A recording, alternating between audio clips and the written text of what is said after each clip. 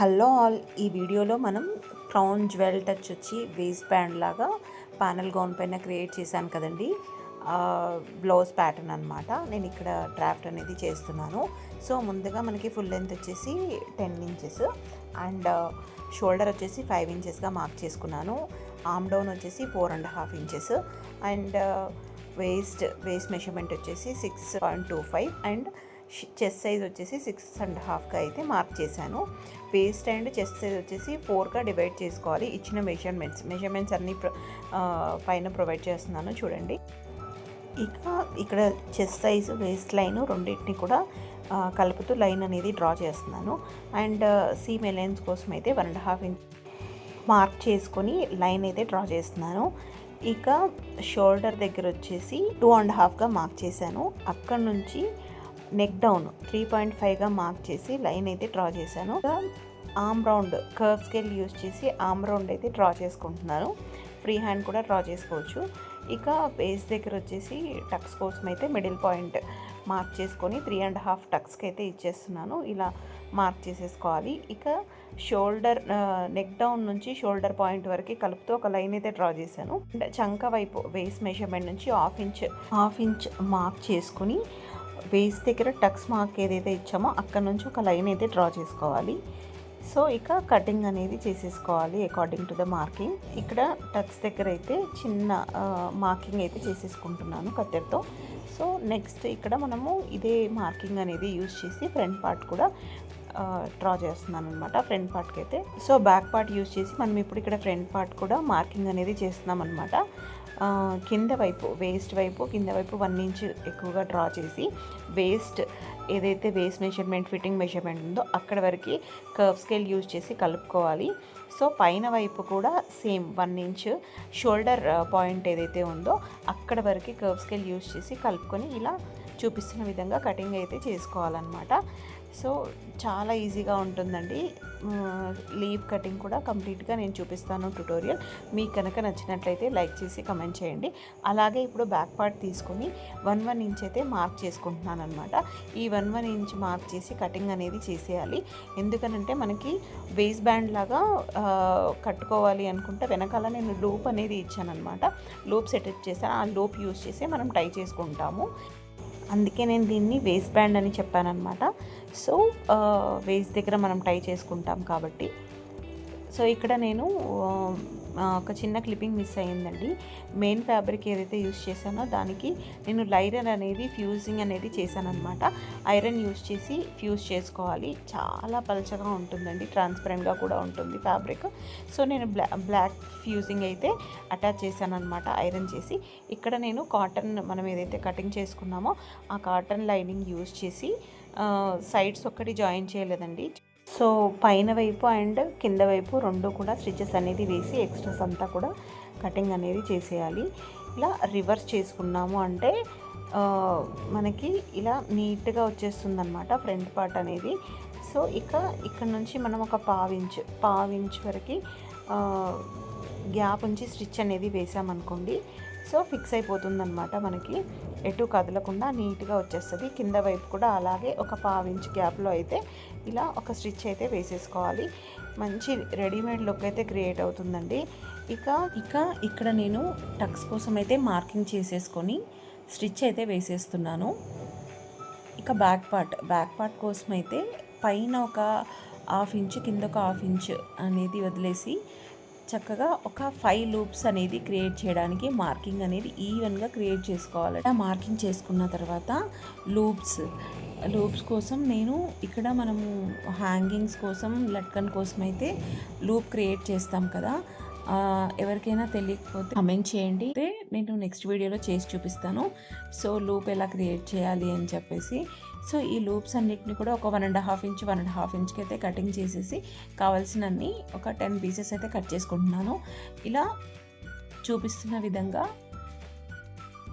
ఈ మార్కింగ్ చేసుకున్న వాటిపైన ఉంచి స్టిచ్ అనేది వేసేయాలి. నేను ఇక్కడ డబుల్ స్టిచ్ వేస్తున్నాను చూడండి. సో మెయిన్ ఫ్యాబ్రిక్ తీసుకొని మెయిన్ ఫ్యాబ్రిక్ పైన ఈ లూప్ ఏదైతే ఉందో అది లోపల వైపుకి లూప్స్ ఉంచేసి ఇలా స్టిచ్ అయితే వేయాలి. ఓన్లీ సైడ్ జాయింట్స్ తప్ప చుట్టూతా కూడా స్టిచ్ అనేది వేసుకొని రివర్స్ చేసుకునే వీలుగా ఓన్లీ సైడ్ మట్టుకు వేయకూడదన్నమాట స్టిచ్. చూడండి ఇలా చూపిస్తున్న విధంగా టక్స్ పెట్టేసి ఇలా రివర్స్ చేసుకున్నాము అంటే చక్కగా లూప్స్ అనేది ఇలా నీట్గా వచ్చేస్తాయి అన్నమాట. ఇంకా చుట్టూతా పావించి వదిలిపెట్టి ఇలా చుట్టూతా స్టిచ్ అయితే వేసేస్తున్నాను. ఇలాగే ఇంకొక పార్ట్ రెడీ చేసి ఉంచుకోవాలన్నమాట. చూడండి ఇక్కడ చూపిస్తున్న విధంగా ఇలా బ్యాక్లో అయితే 2 పార్ట్స్ రెడీ అయిపోయాయి. ఇక టక్స్ కోసం అయితే మార్క్ చేసి టక్స్ అయితే ఇచ్చేస్తున్నాను. 3.5 ఇంచెస్కి మార్క్ చేసుకున్నాను అనమాట. సో ఇక ఇంకొక పార్ట్ కూడా ఇలా టక్స్ అనేది వేయాలన్నమాట. సో ఇక బ్యాక్ పార్ట్ అయిపోయింది. ఫ్రంట్ పార్ట్ అండ్ బ్యాక్ పార్ట్ని అయితే ఇలా సైడ్స్ అయితే జాయింట్ అనేది వేసేస్తున్నాను. ఇలా సైడ్ జాయింట్స్ అనేది 2 కలుపుతూ వేసేసి రివర్స్ చేసుకున్నాము అంటే మనకి పోగులు అనేది కనబడకుండా నీట్గా వస్తుంది. ఈ మెథడ్ అనేది మనం ఆ పిల్లల డ్రెస్సెస్కి ఏ డ్రెస్సెస్కి అయినా కూడా యూజ్ చేయొచ్చు.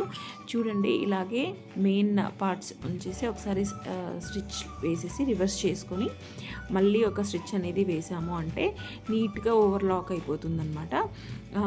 ఓవర్లాక్ చేయాల్సిన అవసరం ఉండదు. ఓవర్లాక్ అంటే కూడా చాలా బెస్ట్ మెథడ్ అనమాట. చాలా నీట్గా అనిపిస్తుంది, పిల్లలకి అస్సలు గుచ్చుకోదు.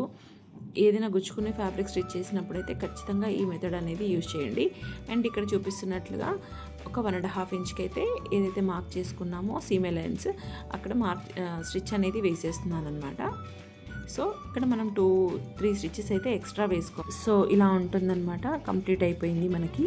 ఇక మనం ఈ లీఫ్ పెటల్స్ ఏవైతే ఉన్నాయో వీటి కోసం అయితే మార్కింగ్ అనేది చేస్తున్నాం. సో ఇక్కడ చూపిస్తున్నట్లుగా ఒక కార్డ్బోర్డ్ తీసుకొని మనం మార్కింగ్ అయితే చేసేసుకోవాలి. ఇక్కడ చూపిస్తున్న విధంగా కింద అయితే ఒక 5 ఇంచెస్కి విడ్త్ అయితే డ్రా చేశాను. 5 ఇంచెస్ మిడిల్లో 2.5కి ఒక మార్క్ చేసి అక్కడ నుంచి 5 ఇంచెస్కి ఒక మార్క్ చేసుకొని కర్వ్ స్కేల్ యూజ్ చేసి జాయిన్ చేశాను అనమాట పాయింట్స్ని. సో ఇలాగా మనకు ఒక లీప్ షేప్ అయితే క్రియేట్ అవుతుంది. మార్క్ చేసిన లీఫ్ షేప్ అయితే కటింగ్ చేసుకోవాలి. మీకు అర్థమైందని అనుకుంటున్నా. సో ఇలా బక్రా పీసెస్ అనేది తీసుకొని 2 ఫోల్డ్ చేసుకొని ఇలా ఇక్కడ చూపిస్తున్నట్టుగా కార్డ్బోర్డ్ యూజ్ చేసి మార్కింగ్ అనేది చేసుకొని కటింగ్ అనేది చేస్తున్నాను.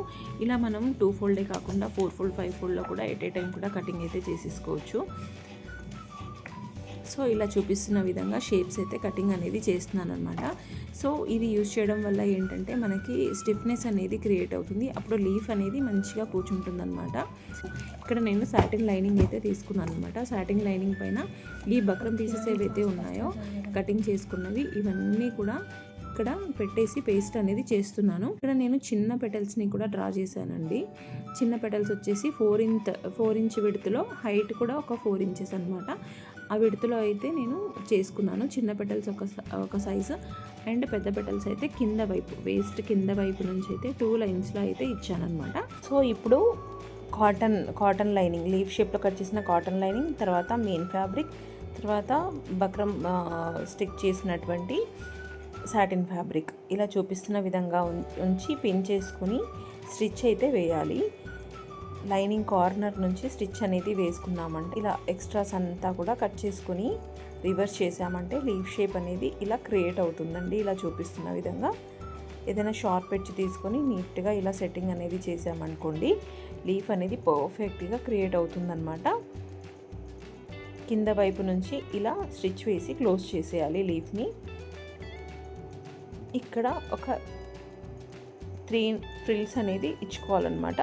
ఇలా ఇలాగా లీవ్స్ అన్నీ కూడా క్రియేట్ చేసుకున్నానండి.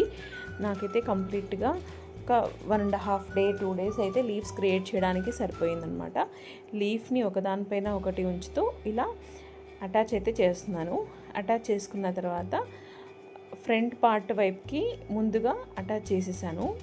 తర్వాత బ్యాక్ పార్ట్ 3 పెటల్స్, ఈ ఫ్రంట్ పార్ట్ సపరేట్గా బ్యాక్ పార్ట్ సపరేట్గా, బికాజ్ మనకి ఆర్మ్ ఏదైతే ఉందో అక్కడ డిస్టర్బెన్స్ క్రియేట్ అవ్వకుండా నీట్గా వస్తుంది అని చెప్పి ఇలా back part and front part ఇలా ఇప్పుడు 3rd లేయర్ సెకండ్ పార్ట్ కూడా సెకండ్ లైన్ కూడా వేసేసాను.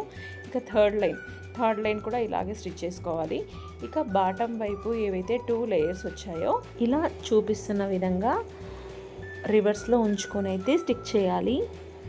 మీకు ఇంకా కింద వైపు పెటల్స్ అనేవి ఇంకా విడ్త్లో కావాలి అనుకుంటే ఒక 6 ఇంచెస్ విడ్త్ అనేది ఉంచుకొని పెటల్స్ని క్రియేట్ చేయొచ్చు. ఇంకొంచెం వైడ్గా కావాలి అనుకుంటే సో ఇలాగా మార్కింగ్ అనేది చేసుకొని స్టిచ్ అయితే వేసేస్తున్నాను చూపిస్తున్న విధంగా. సో ఇంకొక లేయర్ని కూడా సేమ్ ఇదే విధంగా కింద వైపు నుంచి అటాచ్ చేసుకోవాలన్నమాట. చూపిస్తున్న విధంగా అటాచ్ చేసుకున్నాము అంటే ఇక వెల్ సెట్ చేసుకోవడమే. చూడండి ఎంత బౌన్సీనెస్తో ఎంత బాగా క్రియేట్ అయిందో. చిన్నపిల్లలకైతే చాలా బాగుంటుందండి. అసలు లుక్ అయితే అసలు భలే ఉండింది ఆఫ్టర్ స్టిచ్. చూడండి ఇలా రివర్స్ చేసి చూపిస్తున్నాను ఎలా సెట్ అయింది అని చెప్పేసి. ఇక్కడ మనకి కంప్లీట్గా ఎన్ని పెటల్స్ వచ్చాయని అయితే నేను ఇక్కడ కౌంటింగ్ అయితే చేసుకుంటున్నాను అనమాట. సో ఇక బెల్ట్ రెడీ చేసుకోవడమే. నేనైతే ఇక్కడ లేస్ యూస్ చేశాను. మీషోలో నుంచి ఆర్డర్ ప్లేస్ చేసి ఇలా నేను క్రాస్ లైన్స్ అయితే ఇచ్చాను. ఆ లేస్ని క్రాస్ లైన్స్ లాగా ఇస్తే మంచి లుక్ అనేది క్రియేట్ అవుతుంది అనిపించింది. సో ఇలా 2.5 ఇంచ్ విడుతులో అయితే నేను ఈ ఫ్యాబ్రిక్ తీసుకొని ఏదైతే వేస్ట్ మెజర్మెంట్ ఏదైతే ఉందో దానికంటే కూడా ఒక 2 ఇంచెస్ ఎక్కువ 24 ఇంచెస్ విడ్త్ అయితే వేస్ట్ 24 ఇంచెస్కి నేను 26 ఇంచెస్కి అయితే ఈ బెల్ట్ అయితే నేను క్రియేట్ చేశాను అనమాట. చూడండి ఇలాగా ఇక్కడ ఒక 1/2 ఇంచ్ ఇక్కడ ఒక 1/2 ఇంచ్ ఫోల్డ్ చేసుకొని ఫినిషింగ్ అయితే ఇస్తున్నాను ఈ బెల్ట్కి. ఇలా చూపిస్తున్న విధంగా ఈ బెల్ట్ని అయితే ఈ ఎగ్జాక్ట్గా మిడిల్లో జాయిన్ చేస్తున్నాను అనమాట. పెటల్స్ రివర్స్లో ఉన్నాయి కదా, మిడిల్లో గ్యాప్ వచ్చిందా, ఆ గ్యాప్లో అయితే ఇలా చూపిస్తున్న విధంగా బెల్ట్ని అయితే స్టిచ్ చేస్తున్నాను. ఇలాగే బెల్ట్ ఇటువైపు కూడా స్టిచ్ అనేది వేసామంటే కంప్లీట్ అయిపోతుంది. ఇదండి ఫైనల్ లుక్.